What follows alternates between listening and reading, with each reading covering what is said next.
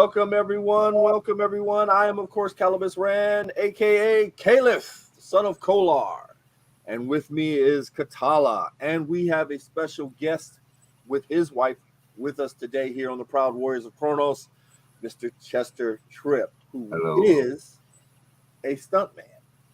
And yeah, I'm pretty sure you're wondering where we're leading to this. Of course, this being a Klingon show, he was a stuntman, a Klingon stuntman.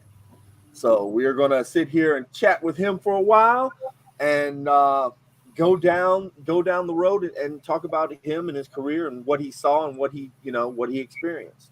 Yeah. I want to welcome you, sir, you and your lovely wife. Thank you for having me. Appreciate it. Thank you. So, how did you even? Well, let's just start with the basics. How did you break into getting into doing stunts and stuff? That's too funny. And you would ask, and my wife is so modest. I would have never. I got into stunts in Dallas, Texas, through an ad in the paper. And then she came to the school. We were doing stunts, and she wanted to be a stunt woman, and we both met each other there. I was an instructor doing high falls off of tall buildings and stuff. She came to the school, and we got together. She was one of the highest high fallers there at 8 stories, 80 feet off it. And so as soon as I saw her fall, she looked great right away. She didn't need much instruction. And then we started dating not long after that. And like I say, we fell for each other. I told you that before. We fell out the same building. I fell 10 stories, she fell 8, and we started dating. We fell for each other, literally. So that's how I broke in, and then moved from there to Los Angeles because she said, you need to get out of here because Dallas, Texas is not a big market. So we sold everything, our house, cars, everything, and we went to LA, and I didn't have a job. So I started working as an extra. She supported us for the whole time while I was trying to get my foot in the door. So, and I would go to the studios and they'd turn me away and say, no, get out of here. And I'd have to try to sneak in sometimes and meet people, and had to go through all that. And then got my break on Baywatch and Batman Returns, and started meeting people that were, as a stuntman, you got to be able to really take it, the beatings, and you got to be pretty physical. And I was, because I went out to LA to do the American Gladiators competition. So I qualified real high for that show and met the stunt coordinator for Star Trek. And he said, you'd make a good stuntman, but I can't use you from Dallas. And so, like I said, my wife helped support us. We came out here, and she got a job Out there. right away. We're out here, out there, yeah. Yeah, LA. we don't live in LA anymore. Yeah, we're not there anymore, but yeah, she supported me and us while I got my foot in the door, and then luckily she was able to quit work after that and be a mom. Yeah, he got his SAG card, his Screen Actors Guild card in '91. He's been a member ever since of the Screen So Actors Guild. yeah, Well, before we get into the Klingon thing of it, you Batman Returns. yeah, Michael Keaton, yeah, Batman Returns, yeah. Wow. Yeah. Wow. Yeah, that as you can see in the I back, saw that, yeah, and I know that stunt I'm a Batman. big Batman Yeah, fan. yeah. So Oh the man. the funny Um thing about the Batman Returns, the extras, without extras, what would we do? Because there's so many extras, right? So the extras felt like they were being not getting the respect. So one of the extras wrote a bat, a cat, and 10,000 extras. Batman Returns. They wrote it on the wall. A bat, a cat, 10,000 extras. I was like, that's pretty much it. oh man. Yeah. That's so amazing because of course we got to see the new Flash trailer. And then, of course, we got to see Michael Keaton say that famous line, I'm Batman. Right. And it's just great that, Yeah. I'm meeting somebody that was actually in the movie. I almost didn't get it because I was 5'9.5". You had to be 5'9" to work on the show as an extra. You couldn't be higher than Michael Keaton. He's 5'9.5" or whatever. So 5'9" was the cutoff, but they let me in just that extra half inch. So. And then he started out as an extra, but they put him into a stunt position, and that's how he kind of got his stunt break. Yeah, sorry. Yeah. In LA, anyway. I caught one of the stunt guys that fell out of position. I was an extra, and he landed on me and knocked the wind out of me. I caught him. He fell from about 20 feet. So I caught him, and I hit the ground. I hurt my ribs and was I was winded, and they were working on me, and they looked at the camera and said, let's use make him a stuntman. So that's pretty cool. They gave me my card on that show. So Wow. Because I stepped in instead of letting him hit the ground. So That is awesome. I got lucky, I guess. That is just awesome. Yeah. So, how'd you get your start at being a Star Trek Klingon? Well, the Star Trek thing came with the American Gladiators competition, meeting the stunt coordinator of the show, and I went down there, and we became good friends. And he asked me to. I played softball at a high level. He asked me. I had tryouts with the Texas Rangers baseball, and she went down with me to try out with the Rangers, and didn't make it, but I had a good shot at it. But the thing is, he wanted me to play for his softball team. They had a motion picture league, stunt league softball team in Los Angeles, and so I played on his ball team. Well, I worked on the show. I could work on the show if I played on his ball team. so, so yeah, and we won a championship. So yeah, and then right away he saw that I was a good double for Garrick, Andy Robinson. And I've got I know you don't want to talk Cardassian, but I've got the headpiece here that I wore for Andy. You know this here. I've also got something else that you probably like quite well. This is me as the Klingon that I played most of the time on the show. So that's me. And Oh wow. as a Borg, Jem'Hadar warrior, and that's me doubling Andy up here. But the thing about that is I was Andy Robinson's stunt double for 7 years, so I would play Klingon ND characters, nondescript characters, and just got whenever they needed a Klingon, they just throw me in. I would be part of the. I would break down these scripts like this one you would love. It's the season ending, episode ending. Oh my God! Yeah. Season ending, episode ending, signed by all the actors on the day. So Wow. Deep Space Nine. So. Anyway, I would break down these scripts with Ira Stephen Bear at the Mae West building. And I would break down the script and find a stunt. Anything that was a stunt, I'd tell Ira, we need a stunt for this. We need a Klingon. And he's like, yeah, I suppose that's going to be you, huh, Chester? Stuff like that. if anytime we needed a part of Klingon or whatever, I definitely try to get in there and try to make it a stunt. So. Okay, so how was it getting into? We were talking about this earlier before the show, but explain to the viewers out there, how was it getting into all of that? Yeah. And then, of course, I'm going to ask you about training with the bat lifts or the other Klingon weapons. But let's talk about how you got, fully in there. Well, Michael Westmore is great, and all of his people, they won Emmys for their makeup and stuff. They were just great people. You come in right away, and they put hot towels on your face, and they clean your face off. You can't have anything on your face. And they put each piece on independent, like your headpieces that you see, or sometimes they have the full face mask out here in public, but each piece goes on one at a time, so that your whole face can move and your mouth can move and you look real. Where some of these face pieces, they squish up. But each piece had to be put on meticulous, one at a time, and all through the whole, and it's all put together like that. So we go at 2:30 a.m. calls for a 7 o'clock call time. So it'd be 3 or 4 hours in makeup, and it was brutal. They'd have fans on us, exhaust fans, because the chemicals were so heavy in the building. It was just brutal. Sometimes you get the glue in your eye or alcohol in your eye, and it's 99% alcohol, not isopropyl myrcete. I mean, or anything like that. It's 99% alcohol, not the other. So it was pretty brutal conditions. Sometimes they were great, but we had our issues here and there. Very rarely. I only got it in my eye twice in 7 years, so that's not bad. But each time I remember vivid. Yeah, I'm pretty sure. And, yeah, they took good care of us. And yeah, it was just I was actually his face cast guy, Michael Westmore's face cast guy, because he said my face is neutral and it'll fit most people.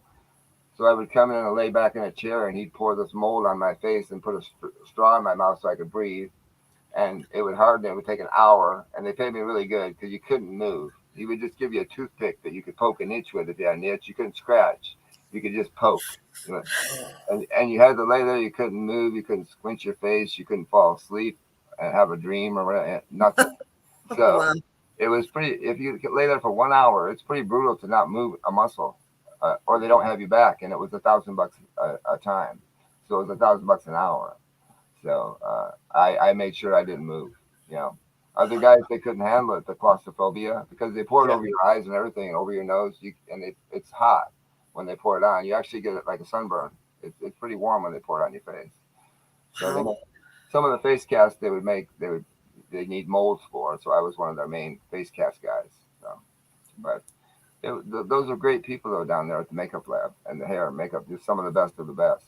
So, but the early calls were just so crazy because you'd have 16-hour days and then you'd have to come back the next day and you wouldn't even get a turnaround of 10 hours like you're supposed to by the time you got home and back. I lived an hour away, so sometimes I'd just stay on the lot or sleep in a actor's trailer or one of the little bubble trailers they had for us set up. I would try to sneak in there and sleep in there on the lot, not leave. So yeah, so Yeah. my life was just on the lot a lot of times over that 7 year period. So Yeah, I because that would, was like what? So we're talking 11. You finished around 11 o'clock at night and had to be back there at 2. yes, exactly 2:30. Yeah, Oh, in a chair going through it again. So yeah, it's crazy. So, I even asked him, could I leave the makeup on? Yeah, but they won't let you leave. They won't let you leave the lot without it. So yeah, I mean with the makeup on, they won't let you leave with it because we worked on Halloween sometimes, and I said, can I please just leave now and so I can go out with this makeup on Halloween? And they wouldn't let you do it. That oh, Wow. would have been a great Halloween night makeup. So pretty cool. But no, we had good so times. how was it working with the weapons? Well, we have to of course practice with them and get it right. We always rehearsal. They give us a couple of hours each day to rehearse whenever we had a scene. So this was meticulous rehearsals because the real battlers, not the plastic. We have rubber ones for some of these major scenes that we might hit somebody. So we can hit with the rubber ones, but the real ones we had to be really careful with them. So and it was So yeah. you had live steel when you Oh guys. yeah, oh yeah. For some of the scenes where you don't want to see the end going like this, flapping, So that's why you bring a stunt guy in so you can just go right close to the guy's face with the real one because they're gonna see it. If you bring somebody in that don't know the distance, like I was a boxer, so I know my distance. I was a Golden Glove champion, and so I know my distance like that. So all of our stunt guys are the same way. You got to have the right guy, especially when you're gonna hit Michael Dorn. So you gotta yeah. And camera angles are big too because we have to make sure that we're stacked so it looks like a hit. So we go rehearse, rehearse, rehearse, and then we start out wide and get closer and closer and closer. And rehearsal 1, rehearsal 2, rehearsal 3, closer and closer until we say that's good enough. We don't want to push it. So Wow. there's more stuff on the editing room floor, a lot more than there was, on the. So there's so much on the editing room floor that we did. 90% of our stuff didn't make it, So just the good stuff. So,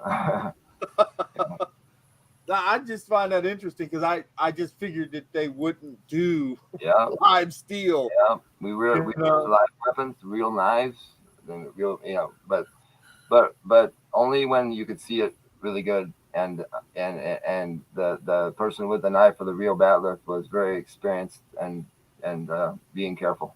So yeah, Wow. yeah, Wow. Oh man, that still just blows my mind. I can't yeah. believe you. I came out as Garrick stabbing a Klingon in the neck, and the rubber broke off in Oh, in the shot. So they had to. So then they had me use the real knife and come out, and we changed angles. So that the knife it looked so much better with the real knife. I just had to change the angle so it looked good, and then I just went past his neck, and behind him here, so you couldn't really see, and it looked like a stab. But so we had to use the real knife a couple times. But it's kind of crazy when you're jumping down from a stage and landing on a Klingon with a real knife, and then you gotta, even when you land off on the floor and roll out of it, you don't want to drop the weapon and land on it, so you have to protect it. That's why they bring in stunt people to do that. They don't use background for big fight scenes like that. So yeah, Man, I'm you're, you're blowing my mind right now because I always thought that I just can't. Wow. yeah. Sometimes we had to use the real stuff so because it looks so much better on camera. So. And But that's you just gotta be careful and have a lot of rehearsals. We do a lot of rehearsals. We rehearse with the rubber ones, of course, and then bring in the better ones, the steel, the real stuff, for the day. We call it on the day. On the day could be an hour from now. On the day means when we're doing it. So we're rolling on action on the day. So so. I mean, you were so versatile. You were playing all different types of Yeah, that's characters. funny. Yeah, I would be on Deep Space Nine one day and on Voyager the next. Wow.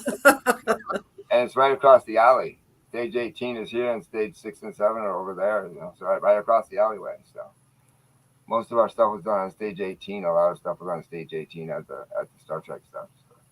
But we did other stages. But and then Angel's filming right down on stage 5, right across the street down there a little bit. Angel and all the other shows on Paramount Live. So it's pretty cool to meet all the people and come out at lunchtime and hang out and say hey. Wow. It was fun. Yeah. So what was your favorite character to play? I really did. Funny, I know I'm supposed to. I'm just being honest. I like the Klingons. I really did. I like the long hair. Even people would say, "Oh, you look so sexy," because you got. I mean, doesn't that look cool? The long hair on the Klingons. Yeah. Yes. Not the Borg, the bald guy over here. I did like the Borg makeup. I thought it was pretty cool with the eyepiece. But the Klingon and the teeth were just crazy. Another thing you're gonna like right here is makeup said, "What do we do with our teeth?" So one person said, "Well, just give them a Snickers bar." So they give us mini Snickers bars, and we chew on them, and then and we put it in our teeth like that, and just use our tongue to put it in our teeth. Or when we go when we were gonna stab, we'd have because they wanted your teeth to be nasty as a Klingon sometimes, So they gave us mini Snickers bars to chew on. Yeah. You need to bring me Snickers bars for the convention. Because they gave me in my kit, because we have several things, but in my kit I have a Wax. This is theatrical tooth wax. Oh yeah, that's funny. Yeah. No, I've never got any of that. Tooth wax. Yeah. Yeah. But you know what I mean? I think I would like the Snickers bar a little bit more. Yeah, I'm sure they probably use them when I wasn't there on other people here and maybe on the background and stuff, but this particular people that I was working with was a Snickers bar, so not Milky Way. Not You gotta get the peanuts in your teeth. Yeah. Oh yeah, I also have this. I have the script of "You Are Cordially Invited." Here. See. Oh, the actual working script. I'd break it down. And say, oh, there's a stunt. There's a stunt. There's a stunt. But before my wife found this out, I didn't even know it. She was doing this the other day. She goes, "Hey, that was titled Once Upon a Wedding." So I've got the script for Once Upon a Wedding before they changed it. Oh wow. It was called Once Upon a Wedding, and they changed it to You Are Cordially Invited. And so were you a part of Bartok's house, or were you part of Worf's entourage? So long ago, I'm sure I was part of Worf's entourage because I used this club at the wedding. I know what is it, Mastakis or something like that? Yes. Yeah. Oh wow. Yeah. This is the one we hit Worf with. The actual one, yeah. So one of them anyway. Yeah, there were a few. The only ones that hit Worf were the ones that could hit him right. You don't want to hit him in the face or the back of the head, stuff like that. So. I was just going to show you real quick on the first page of the final script. It says right there that it says formerly known as Once Upon a Wedding. Oh wow. Yeah, she caught that the other day, and I'm like, really? I didn't even know that. Yeah. And then we found he's got several scripts, so we found that they did that. Actually, it's on several other episodes too. They named it something and then decided to change it by the time they did the final script. I've got all the wedding rituals written down. Oh yeah. Yeah, we just watched it earlier today again a little bit to freshen up. Man, I'm telling you, that was one of my favorite. I got to meet Terry Farrell. Yeah. At the 50th anniversary of Star Trek, and she signed it because I got the wedding picture. It was just like there was like several pictures you could choose from, but I wanted her and Worf, and she signed it, and it was on my birthday, and so she signed it "Happy Birthday." So then I go over to Michael Dorn, and he looks down at the picture and he goes, "What is Terry doing? What is this? What is this?" Well, it's my birthday, and he's like, "Oh, okay, well then happy birthday." And he signed it, "Happy birthday" and everything else. He's a nice guy. I always like him. He's a good dude. Yeah. But him and her, I mean, because Yeah. she allowed us to just sit there. Because at first, it was one of my first time. Well, it was my first time meeting somebody that I had seen on TV in real life. Yeah, she's You sweet. know, a star on TV, and I was just like, I fanboyed out. My friend was hitting me. It's like, come on, dude, say something. And Boy, yeah, that's funny. Yeah, she, Bro, she's so down to earth. She's so yeah, good. You'd think she was somebody just you met at the mall or something. yeah, She has yeah, all the time in the world to talk. She doesn't act like a star or anything. She's sweet. Yeah, yeah. I She like Terry a definitely lot. was. Yeah. She took the time, and look, she had like some cookies or something. She was like, "Would you guys like one?" Yeah, I'm like, oh no. But I mean, it was a great time. yeah, she's like that. Meeting her and getting autographs because I only went there basically, to be honest with you, Shatner and all the Klingons that I can get my signatures for. Yeah. Because I was big fan. I'm doing the Proud Warriors of Kronos page. I have this page called Star Trek United, which is basically DS9. Okay. And I got to meet the lady who played Belana Torres, but she seemed to be. Yeah, I know who you're talking about. Yeah, she seemed to be a little bit, upset about something that might have happened before she got there and everything else. Okay. But it was still nice to see her. And when it's so different to see them without the makeup on. It is. You know what I mean? When you see them, you're kind of like, yeah, it is. Is that really you? You know what I mean? You kind of like, I don't know. That doesn't look like, every day when they walk in the trailer right off the street, when they park their car in the parking lot, sometimes we're parking together, we'll walk in together, and then Michael Dorn will become a Klingon after 2 or 3 hours, So it's kind of strange to see him, in as a person, and then become these aliens. It's kind of wild. Yeah. Man, I tell you, it would be amazing. It was the same thing on Baywatch with Pam Anderson. A blonde girl came in and sat next to me, and she had a little puppy with her, a little poodle, and we're sitting there, and all of a sudden, within an hour, she became Pam Anderson in the makeup check, and I didn't realize it until about halfway through the makeup. I go, wait a minute, just watching her, with no makeup on at all, and just early morning, a hat on. I didn't know it was Pam Anderson. So it's crazy, man. So you never know who you're gonna meet out there. Yeah, if they're not in makeup. So, what was your most dangerous stunt that you did as on DS9? Oh yeah, or Voyager. We didn't do a lot of really what I would say dangerous ones where you could really get hurt. We did some falls off of the cliffs. Some of the cliffs we did some falls there. Almost got heat stroke working on a episode called The Ship. Almost everybody got heat stroke on the set. It was just brutal. It was like 120 degrees down in the desert, and it was Vasquez Rocks in Los Angeles, and it was just brutal out there.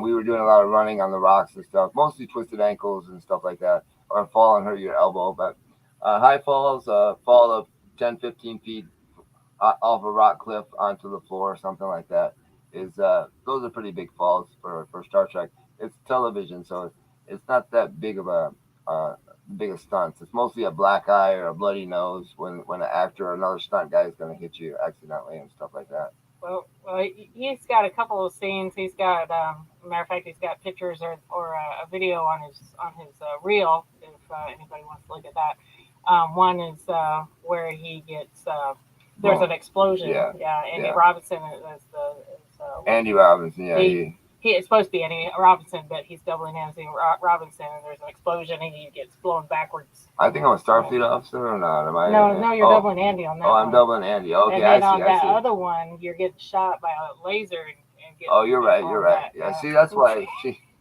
I gotta ask her. You're right. I was so much he forgets. That looks like a wild stunt. It was a big, big explosion. And that explosion was hot. It was fast too. They warned me about it. They warned me that the explosion device they were using was really fast, not to open my mouth like this. And I sure enough, as soon as the explosion went off, I did that, and I got some of it inside my I didn't tell anybody, but it got my vocal cords in the back. I had a hard time talking right for a little while. It burned my vocal cords a little bit. Ooh. Yeah, it went in my mouth, the explosion. And I didn't tell anybody, but it was all right. It got better, you know. Wrote all that down. But yeah, I go backwards, asshole, or TKL. I don't know if I can say that or not. Yes, And you can. and over barrels, and yeah, so it looks like a pretty wild little stunt, but it wasn't that big a deal, you know. Just the most thing you're gonna do is hurt a hip or get a bruise on your hip or something, or a knee or ankle. Most thing you're gonna get on that show. Nothing real big. We don't have car wrecks or anything like that on the show, of course, you know. So. Yeah, it's just more physicality fights. Yeah, so just bruised elbows. The biggest thing is when you got, I used to win the ugly elbows contest because we're getting up in the air, we're laying on our elbows. So my elbow would be like a softball. And then if you can imagine in the morning, I have to come back again and do it the next day with now a big swelled up elbow, right? But if you think about it, that big swelled up elbow provides padding. That the bit all the water in there, and you hit it on the ground and it doesn't hurt as bad as it did the first time. So a big swelled up elbow, have to land on it again, people would think, "Oh my gosh, that's brutal," and it kind of is for later on in life, like right now. But but at the time, it was extra padding, you know. So just to have a little swelling there, yeah. So and those were brutal times. We worked 16-hour days, just getting beat up all day. It's kind of hard to do, you know. But you got to I be an can athlete. imagine. Most of us were major athletes from the either pro sports or semi-pro or college sports, you know, stuff like that. So I just came out of being a Golden Glove champion, and I had tryouts for the Dallas Cowboys as tailback and defensive back. Didn't make that either. She was, we were down in Texas. I was trying out for all the major sports teams. I got lucky enough to get tryouts and didn't make the teams, or I wouldn't be here with you guys right now, or with her maybe. I don't know. Cheerleader, right? Yeah, Well, look, I hope you don't take this the wrong way, but I'm glad that you made it here. Yes. You know what I mean? Yeah. Oh man. So Yeah, all I the mean, stunt guys are all, and stunt women are all just really healthy, really watch what they eat pretty much, and they're working out all the time, flexibility drills and just timing issues, just all the time. Even when we're not working on a show, we're working out. Well, she knows. During commercials on TV break, I'll get down and do 50 push-ups and do sit-ups and do jumping jacks. She's like, "You need to find a different schedule. You need to do that." I won't. I can't sit during a commercial. I'll do push-ups or do some jumping jacks or go stretch or do something. I can't relax. I gotta always be in shape. I've got a weight room in this house and a swimming pool in the house. Wow. So yeah, it's crazy. It's I'm just always working out and taking care of myself, and she does the same thing. She takes care of herself good. I want to try to get her some more work in the business. We'll see. Another scene I want to bring, another episode I want to bring up is To the Death. Yes. I know this isn't about the Klingons. This is more about the Jem'Hadar. Yeah. And he was a crew officer on that episode. Starfleet officer. Yeah. So you can actually see him because he's in the whole Starfleet officer, they wouldn't uniform. recognize me. Because he was younger. That was like 93, young guy, young blonde-haired guy, yeah. But yeah, you can actually see him. He's in several scenes there, and he's right there for the big saying, which he says all the. That was with Clarence Williams III from Mod Squad.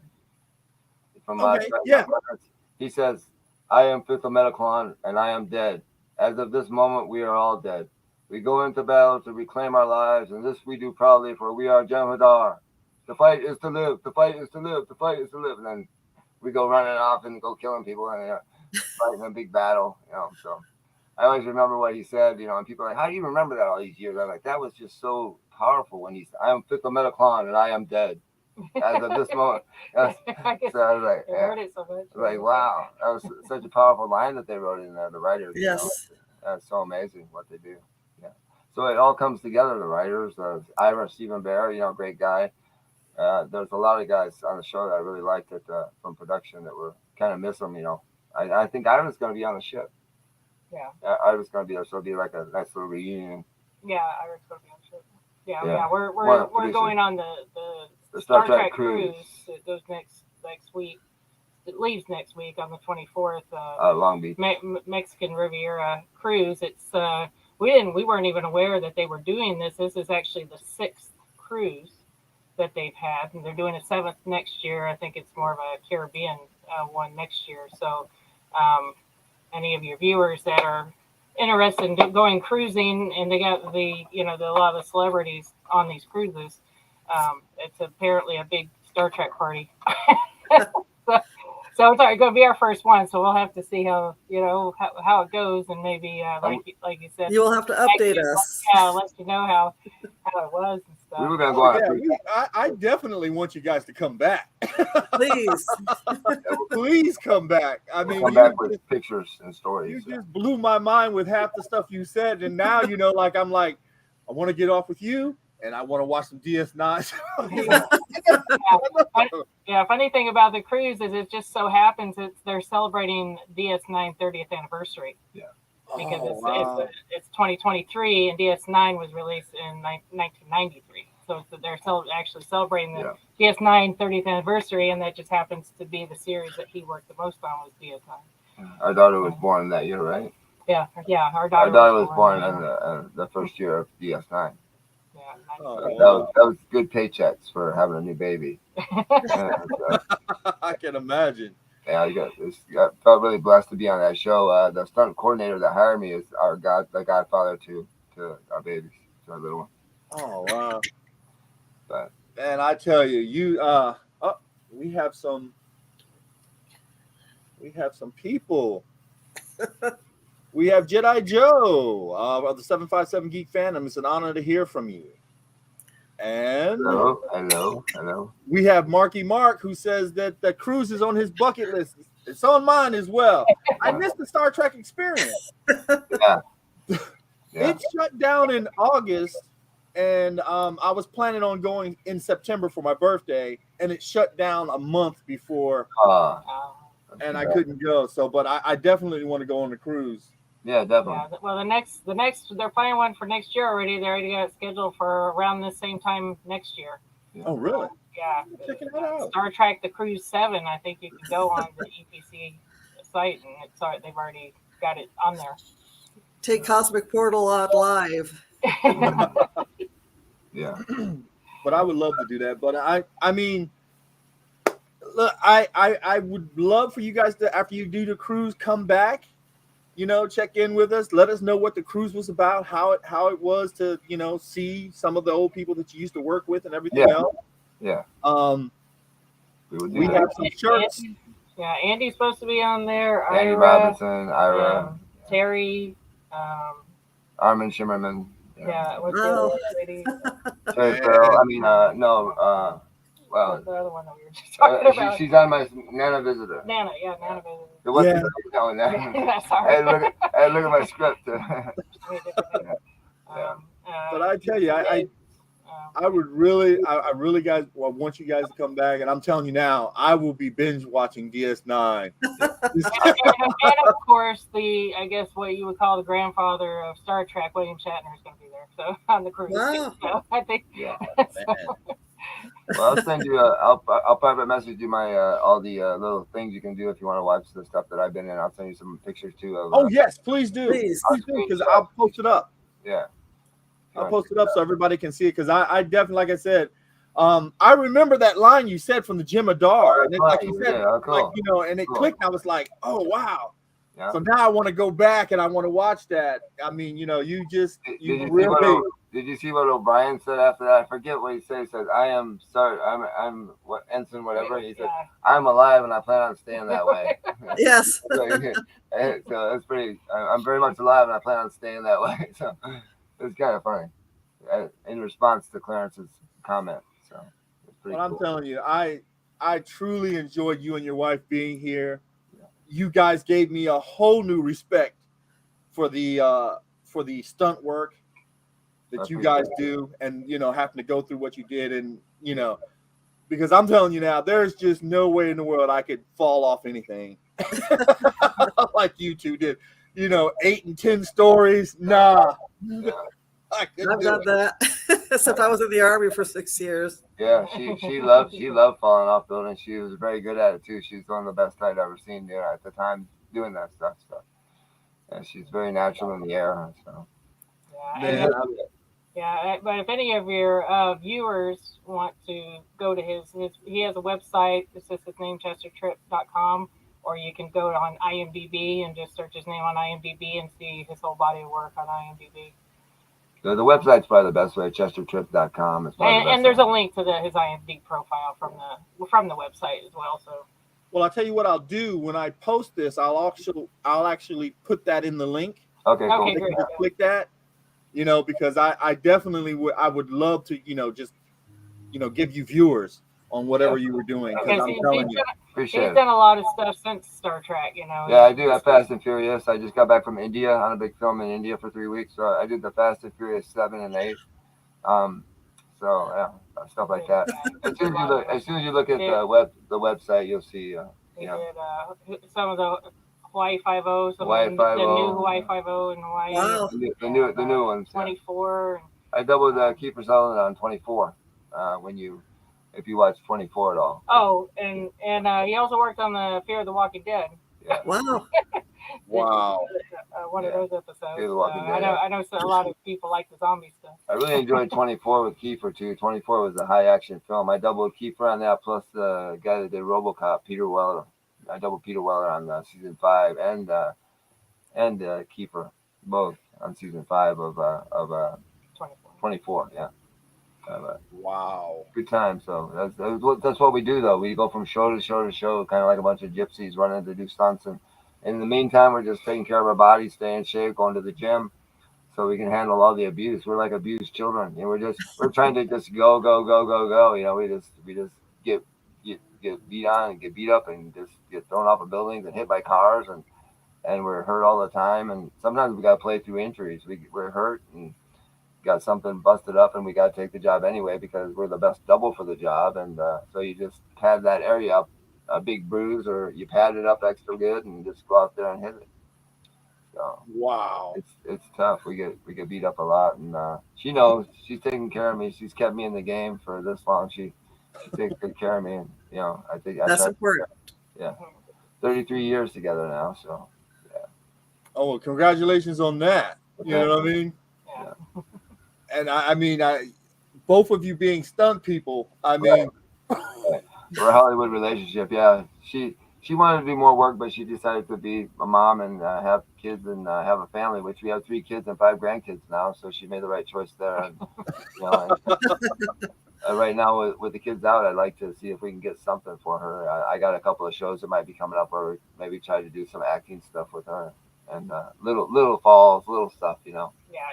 Our youngest is 18. He just graduated high school last year, so we're finally kind of free from. But as a parent, you empty nesters, yes. Empty nesters, right? Yeah. Believe me, mine just went to the Marine Corps, and well, now he's in California. So I'm like, yeah. Our son's still at home right now, but I have a feeling that's probably going to change by next year anyway. He'll probably move out and get a place of his own. So is he in Camp Pendleton down there? No, he's in 29 Palms. Oh, okay. 29 Palms. It amazes me because every time I talk to him, he's like, "Yeah, but I'm coming home," and I'm like, "Son, go see the world." Yeah.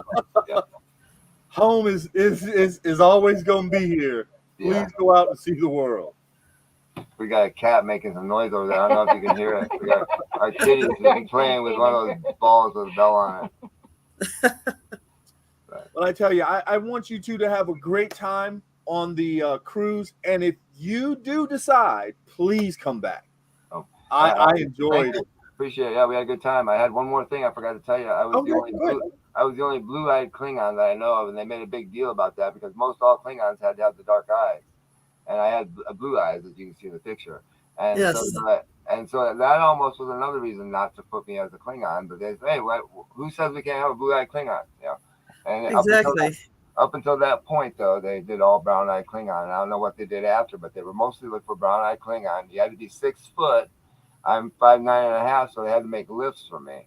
They made lifts for my, and put them in my heels, So I kept those for a few years to go on different auditions, to be a 6 foot guy. So you had to be 6 foot to be a Klingon and brown eyes.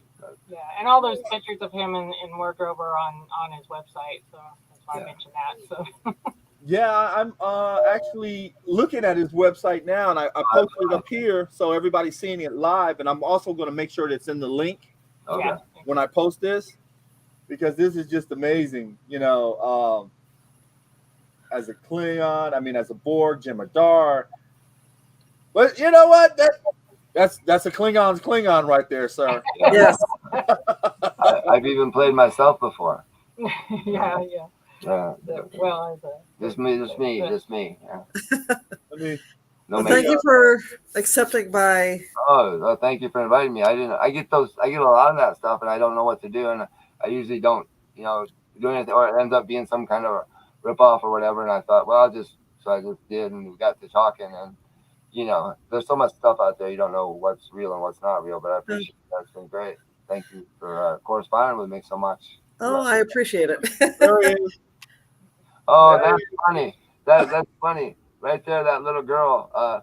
She said to me, we were out at Griffith Observatory. She said, the dark haired girl. She said, "Excuse me, can I have your autograph?" I said, "You don't want my autograph, honey. I'm just a stunt man. I'm not one of the actors." She yelled to all those kids. She said, "Stunt man, stunt man!" And 50 kids come running. I signed out. I didn't even eat lunch that day. I signed autographs for an hour. To all those kids, they wanted to have an autograph with a stunt man. I was like, "What's this about?" It's just awesome. I mean, like I said, you really sparked for me. Like, as soon as I get off, I want to watch some DS9, and you know what I mean. Cool. And Good. again, like I said, man, I hope you and your wife have a lovely time on the cruise, and please, come back, share Stay some in of the stories touch. and stuff. Yeah, and stay in touch. For sure, yeah, we appreciate Because it. Yeah, just let us know. we don't always just do Klingon stuff. We have everything is really kind of through our cosmic portal, Okay. which is all fandom, and you stretch all fandoms. I mean, Yes. you're everywhere, man. I mean, I'm looking at some of these pics now. You saw that Maserati? That wasn't mine. That was one they wrecked on Fast 7, and I was like, "Can I have it when you're done wrecking it?" But there wasn't anything left of it. I was like, "Why are you wrecking a Maserati with only like 1,000 miles on it? What are you guys thinking?" So, but they had a $358 million budget, so I guess they could do it. Well, yeah, man, I'm amazed. That's funny that you're looking at my website as you're doing this podcast. Yeah, and I actually, like you said, I really shouldn't be, but I'm just like, like I said, I'm gonna put the link for everyone to go to it, and they can go through it and everything else and look at it. Would you like to meet the designer and the developer of that website? Oh, nice. I'm the tech person. he's the bronze. I'm the brains, as they might say. That's usually how it works. Yeah. Yeah, she's my go-to person right there. I mean, I have to, I mean, I put all this together, and then I bounce all the ideas off of her, and then we go back and forth. Because like I she's go the out one looking who for pulled me back. people. She's the one who pulled me back. I was ready to shut it down and be like, but then it was just like this, and now we're playing the Star Trek Online game. Oh, good. We're getting ready for a convention in Richmond. So I've got my uniform. You've seen my uniform. Yeah. I've got the boots. I've got gloves. I've got all the accoutrements to go with it. So I'm going to have to break down and break out the old Trek uniform, and I'm going to have to do one. When is the convention in Richmond? They said a date. The 23rd of March. Well, 24th, 25th, 26th. I fly in the 23rd. It's not that far away from us. Yeah, no, it's not. GalaxyCon. GalaxyCon. Okay. I'll send you my number if you guys do decide to swing out that way. I'll give you my number so we can hook up and Okay, cool. That'd be great. Yeah, I'd love to do that. Yeah. All right. Well, then I'm going to have to call it a night. Okay. But you both have given me so much more now to really go on as far as, the stunt work, like I said, an appreciation for what you do, because there's just no way I told her I wouldn't say it, but I got to. Without her, I wouldn't even be sitting in this chair with you. I would have been. I was a rough and tumble guy and fighting all the time, bars, whatever. She straightened me out and got me on the right track and put me on the right path. Channel my anger, in a way. So Yeah. got me babies and grandbabies. So, Childhood. I was in 14 foster homes growing up, so Ooh. I was a foster kid, 14 foster homes, and so it was rough. But if it wouldn't have been rough like that, I would have never been able to take all those. No, you're not good enough. You're not tall enough. You're not big enough. You don't have enough experience. All those casting calls where you got to go home and go, man, I really wanted that job, and so I wouldn't have been able to take that. So. Yeah. I think without the foster home thing, I would have probably not made it in Hollywood. So especially without her pushing me, I didn't want to let her down. I had to have. Yeah. She believed in me. She believed in me. She's the only one that ever believed in me. Up until that point, and I said, "Well, I can't let her down." So. Well, I keep pushing this one more into Klingon stuff, so. She says that old story, behind every good man is a woman rolling her eyes. Or Batless. Yeah, right. Successful man is a woman rolling her eyes. Yeah, I did that. I did that. You wouldn't be here if it wasn't for me now. I don't like that. Well, if you have time to talk after the podcast closes, we'd love that. Okay, cool. Yeah. Okay. Yeah, we're not doing anything. All right, then. I'm just gonna close the show with a simple, thank you again for coming on the show and everything else, and showing, sharing your experiences. I'm telling you, I'm ready for some DS now. Yeah. Well, from the ambassador, I will say glory and honor to you and your house. Thank you very much. Privilege to have you. Same way to you. Back to you. Thanks for having us. It was fun. All right, and with that, I will just say kapla to you for those of you that are watching, and thank you for sending in your messages. Greatly appreciated. And until the next time.